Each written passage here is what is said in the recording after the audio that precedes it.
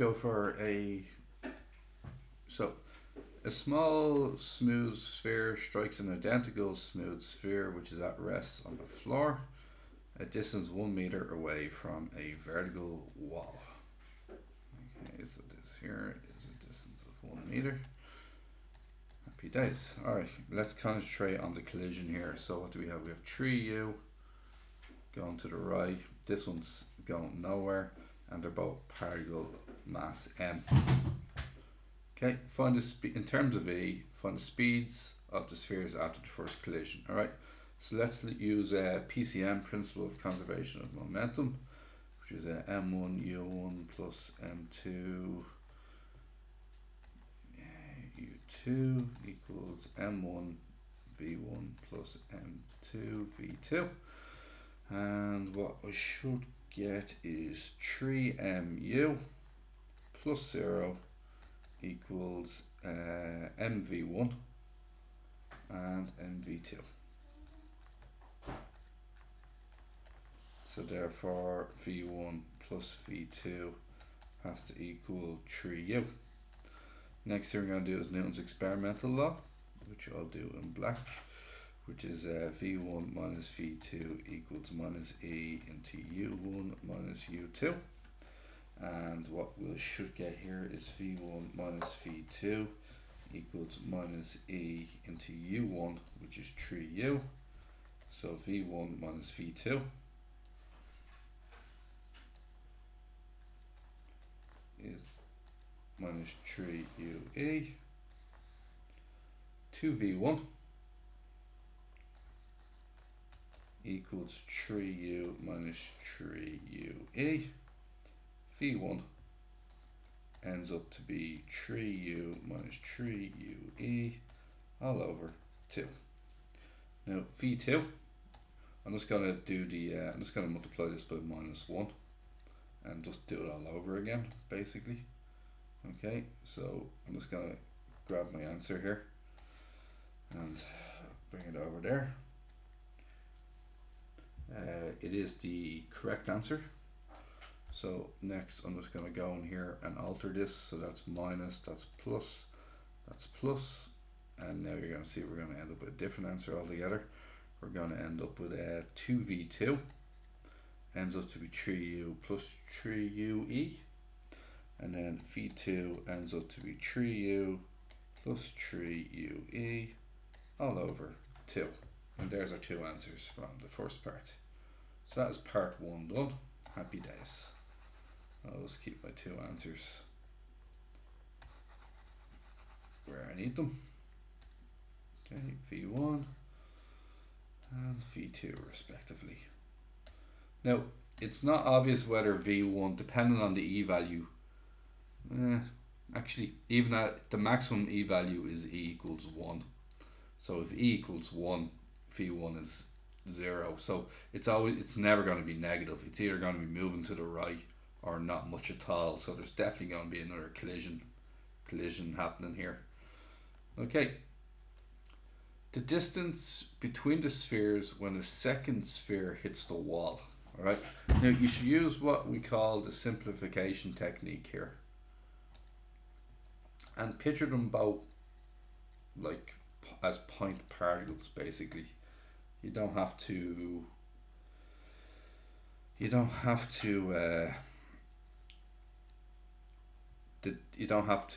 take radiuses or anything like that into consideration, right? So let's use a simplification technique. The black particle is going 3, the red particle is going 5. The distance to the wall is 15 for argument's sake. Okay? You get the time taken. So it's 15 divided by 5 is 3 seconds for the red particle to hit the wall. Alright? And in those 3 seconds, how far did this particle travel? Well, 3 multiplied by 3 is 9. So it travels 9 meters to the right, when the other particle travelled 15 meters to the right, and then it's 15 take away 9 is 6 meters. You're going to do the same technique. Okay? You're first going to find the time taken, and the time taken is the distance, which is 1 meter, over the velocity of the second particle, which is 1 over v2. Okay? And then we know that it has to travel a meter to get to the wall. So the distance between the spheres therefore is going to be 1 meter. Take away the distance travelled by the slower particle, or the first particle, which is going to be time, which is going to be distance multiplied by time to get the speed multiplied by time gets you the distance covered by the by the first particle. So it's going to be 1 over v2 multiplied by 3u plus 3 over ue all over 2. Okay, so this is going to be interesting to say the least. So it's going to be 1 take away 1 over v2. 1 over v2 basically means you turn it upside down. So it's going to be 2. Oh, sorry. It's not v2, it's v1 we're using. Sorry, the first particle's traveling at v1. So that should be minus 3ue. So it's going to be 2 over 3u plus 3ue, because 1 over v2 is just inverted upside down. And then this is going to be 3u minus 3ue all over 2. 2 of them cancel. The 3's cancel as well, so it's going to be 1 minus 3u into 1 plus e. And this is going to be 3u into 1 minus e. And then the 3u's cancel, and it's going to be 1 minus 1 over e over 1 plus e. Get a common denominator of 1 plus e, so it's going to be 1 plus e. Change that number 1, see that number 1 there? Change that into 1 plus e over 1 plus e in your mind.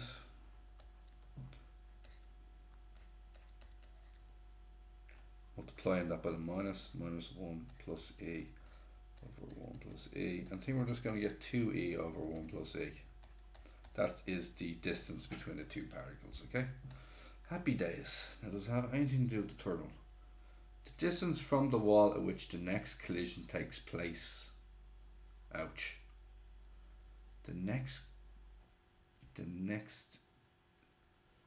distance from which the wall which the next collision takes place. Okay. Once again, I tend to use a simplification technique in my mind, alright? So I make up a really easy example in my head, and then I follow the example of what would happen on the really easy example. So the really easy example would be something like this. This one's at the wall, okay? And for argument's sake, I'm just going to use nice whole numbers, right? Like you're going 2. This one here is going 1. Okay? And the distance between them, for argument's sake, is 6. Alright? And what I'm thinking I'm going to do here is, now it has to be the rebound velocity, doesn't it? So it hits the wall and comes back. The impact being along the line sounds very well. The coefficient for all. So what we sort of forgot there is, I'm just going to actually bring this back a second. So before it hits the wall, what I'm arguing is that this one's traveling at 1, this one's traveling at 4. Okay? And the E value is a half.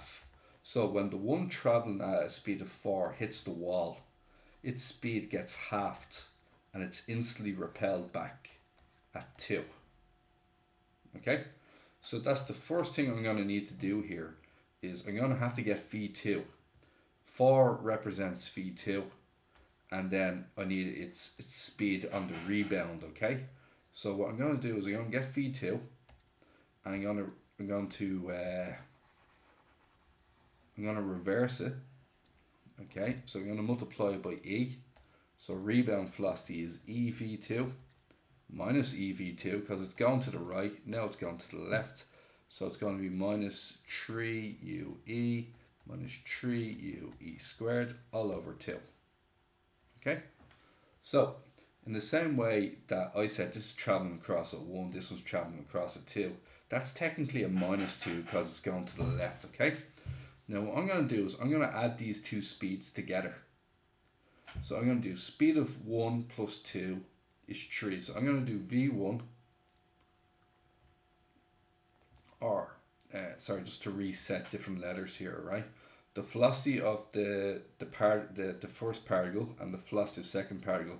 I'm going to change the sign on the second particle. I'm going to take that as a plus 2. I'm going to add 1 and 2 together to get 3. And then that's my combined speed, as if one of them is held stationary, using a bit of relative velocity here. And then I'm going to do 6 divided by 3, which is 2 seconds later. So that's exactly the technique I'm planning to use here, except the numbers aren't as easy. So the numbers are, as an example, oh god, what is the answer from the last question, part 2? The distance is 2e. The distance is 2e 1 plus e. The rebound velocity is minus 3u e. I'm actually going to factorize this into 1 plus e all over 2. And then the v1 from earlier is 3u minus 3u e all over 2. Okay? So that is the these are the velocities we're dealing with. Now remember what I said earlier. We're going to turn this one positive and we're going to add the two of these together. So it's going to be 3u minus 3ue all over 2 plus, turns out I'm going to end up multiplying this out again, 3ue plus 3ue squared all over 2. So the combined velocity will actually be 3u plus 3u squared all over 2. Now remember what we said earlier. It's going to be, we're hoping for, what does it say? We're looking for the time taken now. Okay, so we're looking for the time taken, and the time taken is the distance between the balls divided by their combined speed. So that is going to be 2e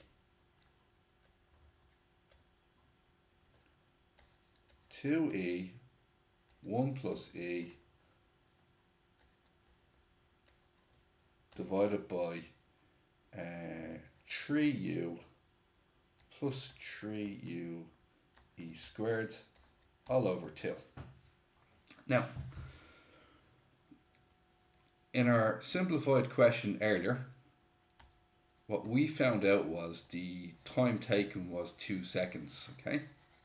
And the time taken was 2 seconds, but this has a rebound speed of 2, and we found out the time to be 2, and 2 times 2 is 4. You multiply your time by your speed to find out its distance, okay? So currently we're still working out the time. This is, once again, an absolutely shocking question.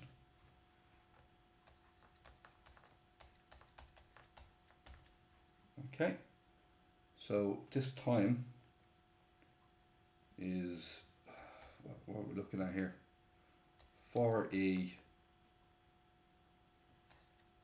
1 plus e all over 3u 1 plus e squared, alright? Now, we're going to do time multiplied by speed. So where's the rebound speed again? It's this guy here, isn't it? It's, and once again, we can just take its positive value, which is 3ue into 1 plus e over 2. 3ue 1 plus e over 2. 3ue 1 plus e all over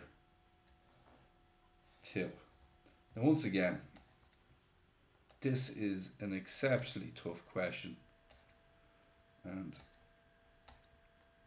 then also we're going to get at the end is we're going to get 4e squared over 2 into 1 plus e squared, and then when we divide that out we should get 2e squared all over 1 plus e squared, and oddly enough that is the correct answer, but my god was that difficult.